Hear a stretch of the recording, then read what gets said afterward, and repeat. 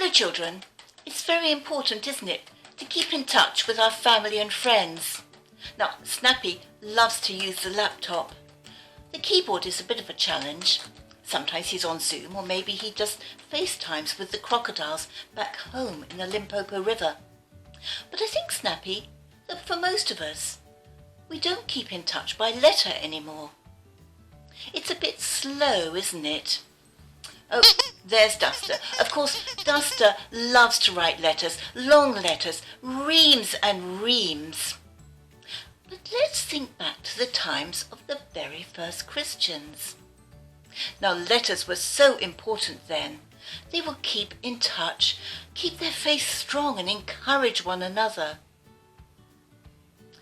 And we find lots of letters in the Bible. So let's look at a letter written by Paul.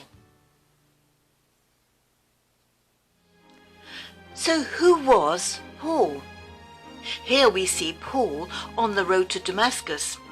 He's going there to arrest Christians and to take them back to Jerusalem. In those days, Paul was called Saul, and he was a very important member of the temple. And Saul did not like Christians. It was while he was on his way that a great light came over him, and he heard the voice of Jesus in the light. Saul was blinded for a while, but that encounter with Jesus changed him forever, and he loved Jesus and followed him. From that time on, we call him Paul.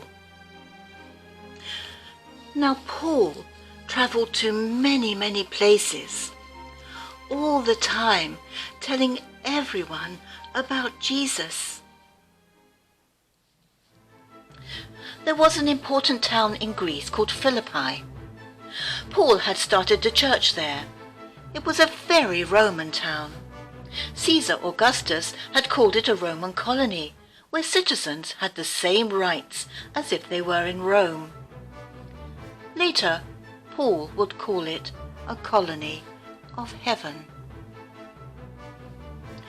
Paul had been persecuted here and had to leave. Now, Paul would have many more travels, but the believers in Philippi would not forget him. And when they heard that Paul was under house arrest in Rome, they sent a man called Epaphroditus to bring him money and help. Timothy was with Paul when he wrote his letter to the Philippians, to all the holy people who live in Philippi. Grace and peace to you from God our Father and the Lord Jesus Christ. Paul thanked God every time he remembered all his friends in Philippi. We must remember that this was a Roman colony, and the Romans would have persecuted the first believers. From this letter, they know that Paul prayed for all of them with joy, thanking God for the help that had been given to him while he was preaching about Jesus. They had helped him from the very first day that they believed.